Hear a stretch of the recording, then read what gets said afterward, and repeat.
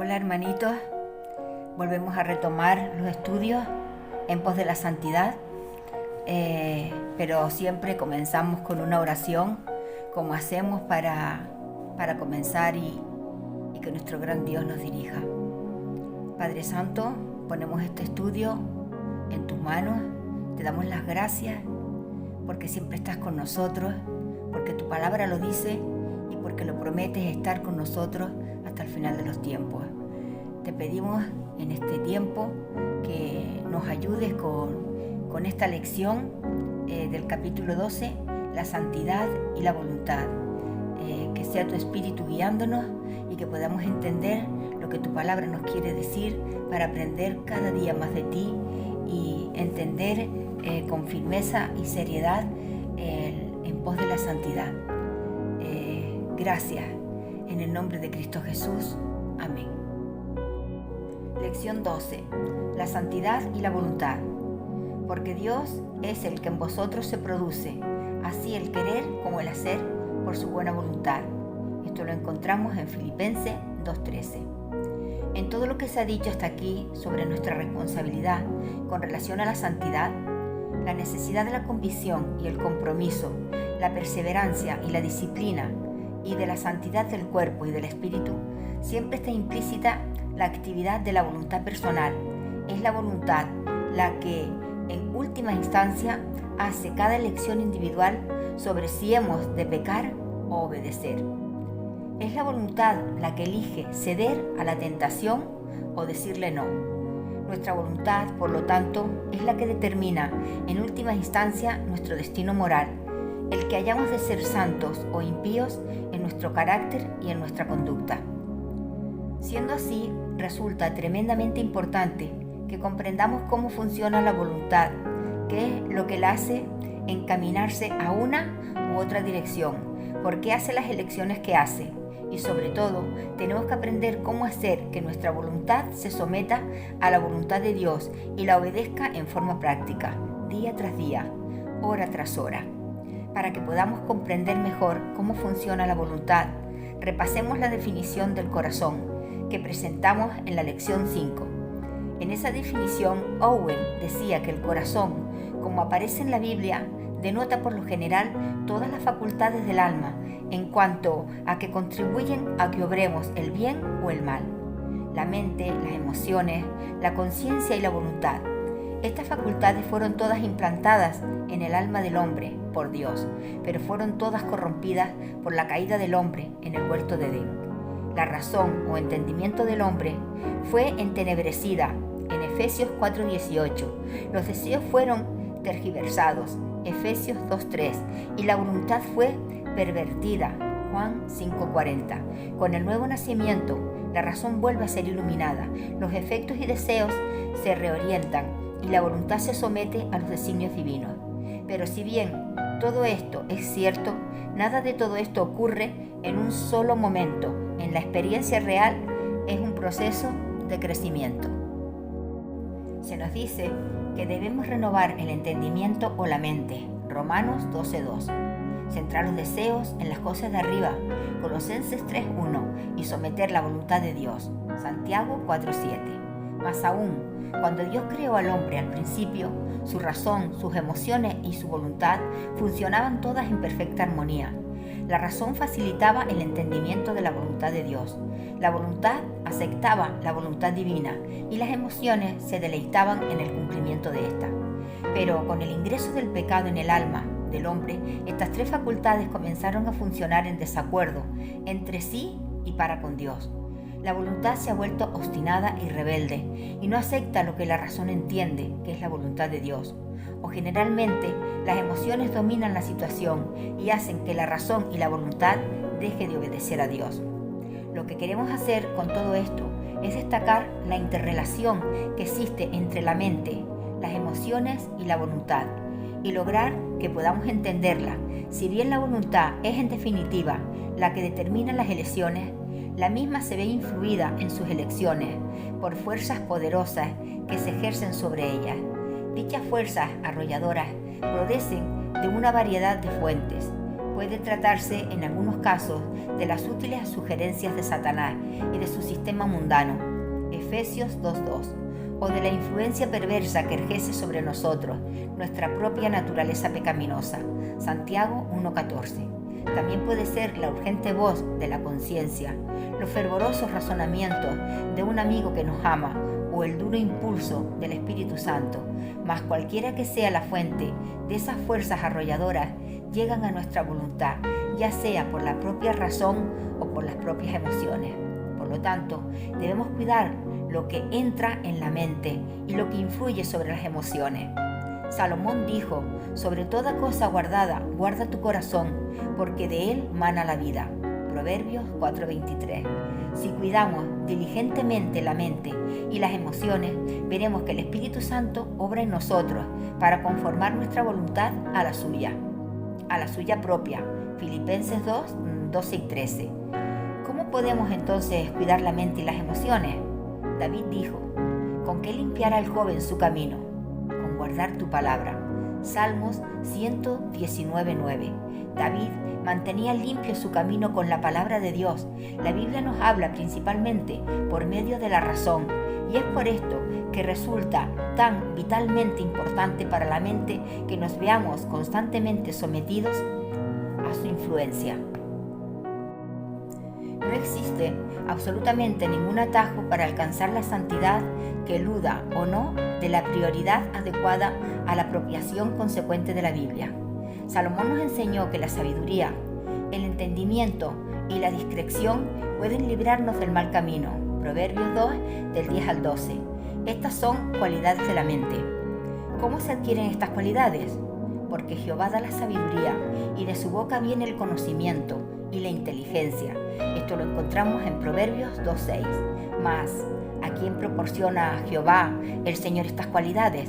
Se las da al que acepta sus dichos, al que atesora en su ser sus mandamientos, al que presta oídos a la sabiduría y dispone el corazón para entender, al que ora, pidiendo discernimiento y entendimiento, y al que busca entendimiento como si fuese un tesoro escondido. Proverbios 6, del 1 al 5. Resulta obvio, aún con una lectura superficial de Proverbios 2, del 1 al 12, que la influencia protectora de la palabra de Dios viene como resultado de la diligente y decidida apropiación de las Escrituras en espíritu de oración, a fin de cuidar la mente.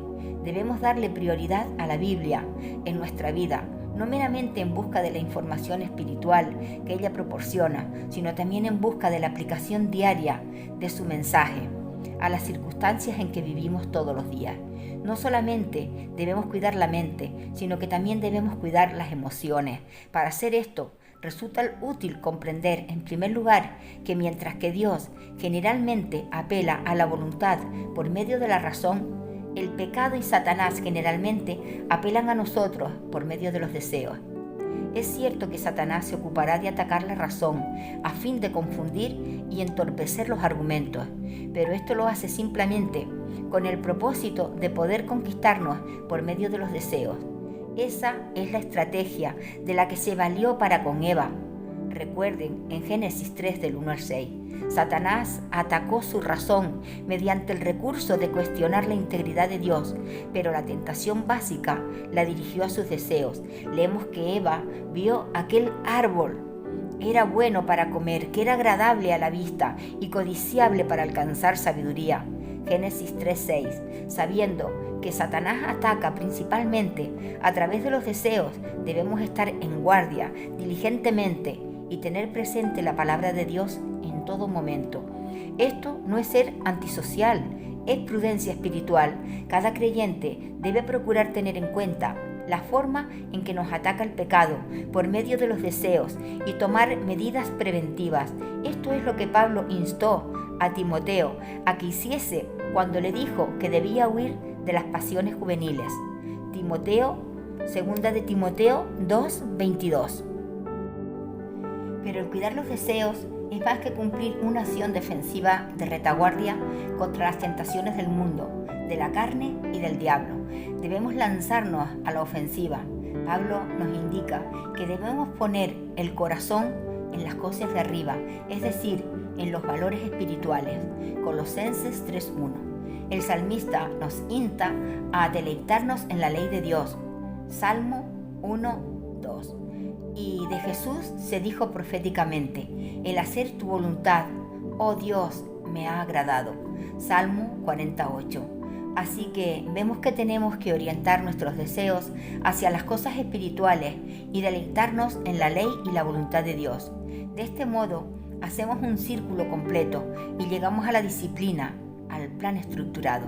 Normalmente, la razón, la voluntad y las emociones deberían funcionar en ese orden, pero como es tan frecuente que invertamos el orden, prestando atención a los deseos, debemos procurar orientar esos deseos hacia la voluntad de Dios.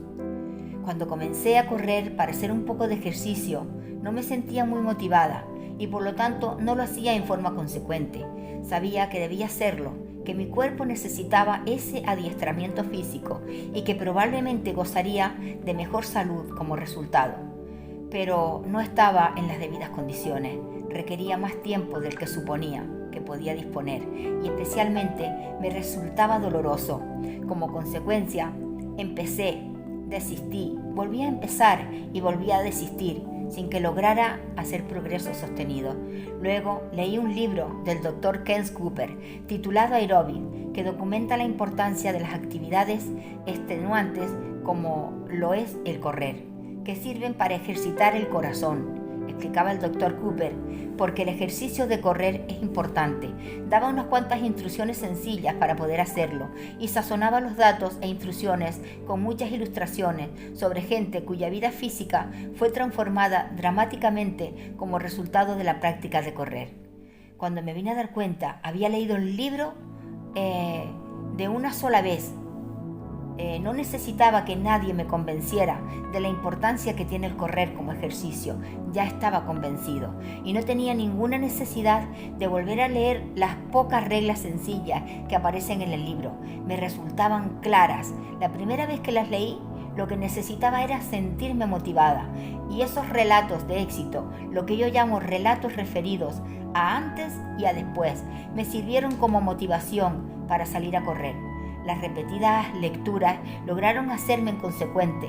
Influí en mi voluntad por medio de las emociones, por la motivación, cuando no podía lograrlo, por la razón, por el hecho de comprender la importancia que tenía para mí la práctica de correr. Ahora bien, además de darnos instrucciones y orientación para la vida, la Biblia está llena de relatos de los éxitos de personas reales, que confiaron en Dios y obedecieron su voz, y cuya vida fue cambiada radicalmente, o que influyeron significativamente en el curso de la historia. El capítulo 11 de Hebreos, que invito a que los lean, nos ofrece un índice breve y parcial de algunas de dichos relatos, pero hay muchos más que no se mencionan, como el mismo escritor de Hebreos lo reconoce en Hebreos 11:32. Las hazañas de hombres tales como Daniel, Nehemías y Elías, como también Abraham, Noé y David, pueden motivarnos para proceder a hacer lo mismo, de modo que haríamos bien en incluir constantemente los relatos de algunos de estos personajes en nuestras lecturas bíblicas, a fin de que sirvan para motivarnos en la búsqueda de la santidad. Además de la Biblia, podemos utilizar los pocos libros clásicos que realmente nos motivan a vivir una vida santa y piadosa. Es probable que el número de tales libros no exceda de media docena, aquellos que realmente puedan servirnos en nuestro caso particular. Dichos libros deben ser releídos frecuentemente, como hice yo al releer repetidamente Aeróbic.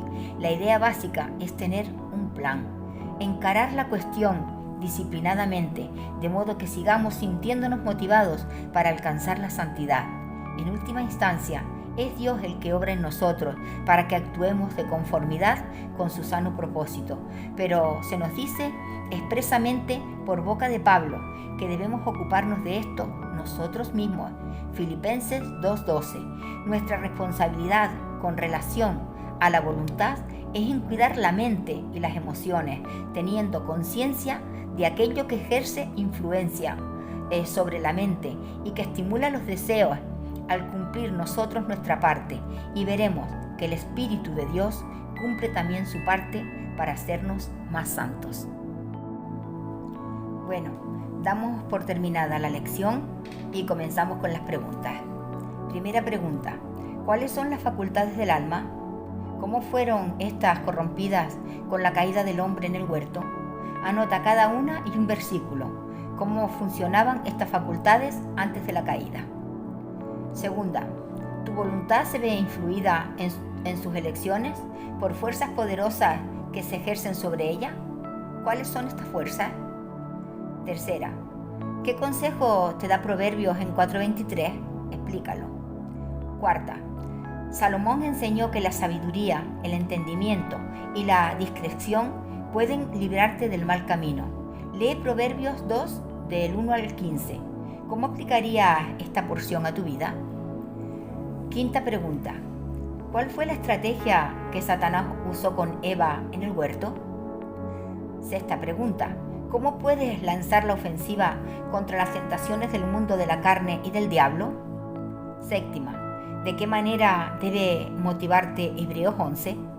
Octava: ¿cuál es tu responsabilidad con relación a la voluntad?